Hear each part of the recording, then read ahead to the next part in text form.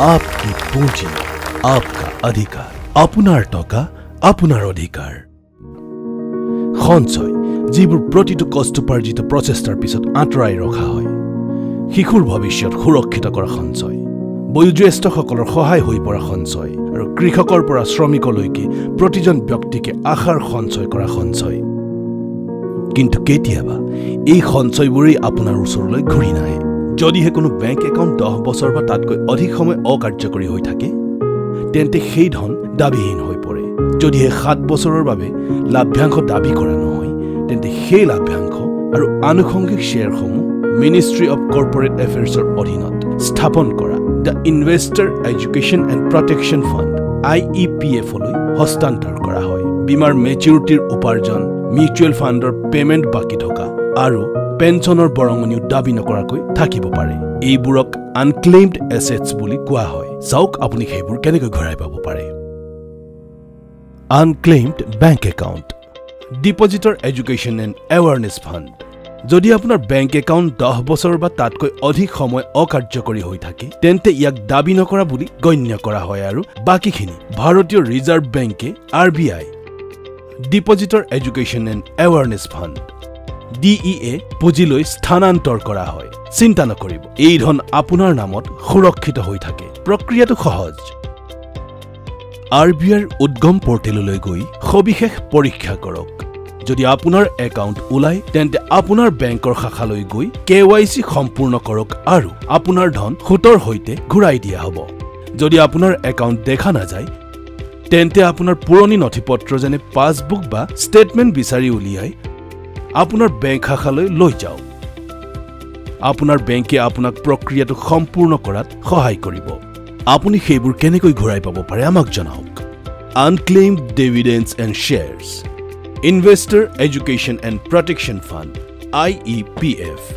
যদি 7 বছৰৰ বাবে লাভ্যাংশ বা শ্বেয়াৰ দাবী কৰা নহয় তেন্তে সেইবোৰ মিনিষ্ট্ৰী অফ কৰ্পোৰেট এফেয়াৰ্ছৰ অধীনত স্থাপন কৰা investor education and protection fund IEPF লৈ স্থানান্তৰ কৰা হয় এইবোৰ সুৰক্ষিত হৈ থাকে আৰু আপোনাক ঘূৰাই দিব পাৰি প্ৰক্ৰিয়াটো সহজ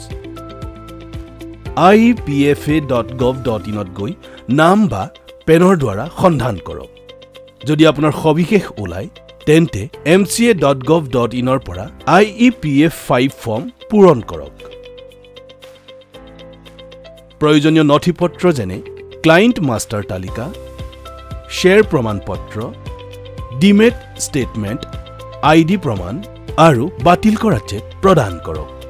প্ৰপত্ৰ জমা দিয়াৰ পাছত সাৰ্ভিস ৰিকুৱেষ্ট নম্বৰ SRN লক্ষ্য কৰক আৰু আপোনাৰ নথিপত্ৰ কোম্পানীটোৰ নোডেল বিষয়ালৈ প্ৰেৰণ কৰক ডাক ৰচিদখন MCA পৰ্টেলত আপলোড কৰক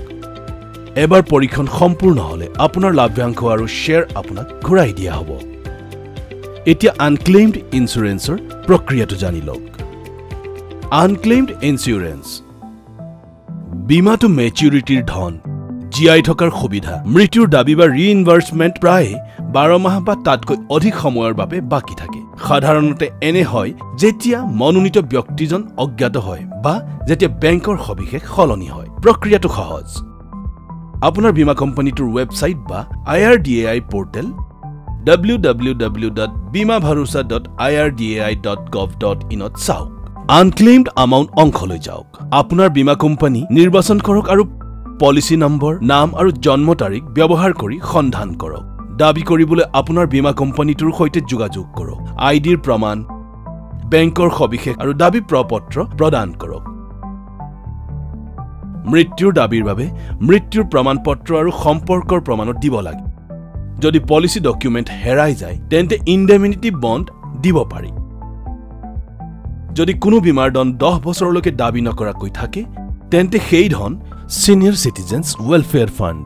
SCWF হস্তান্তৰ কৰা হয় কিন্তু তাৰ পৰাও 25 বছৰলৈকে দাবী কৰিব পাৰি সদায় মনত ৰাখিব আপোনাৰ মনোনীত ব্যক্তিক অৱগত কৰক আপোনাৰ বিৱৰণসমূহ আপডেট কৰি ৰাখক আৰু আপোনাৰ নীতি দস্তাবেজসমূহ সুৰক্ষিতভাৱে সংৰক্ষণ কৰক আনক্লেইমড মিউচুৱেল ফাণ্ড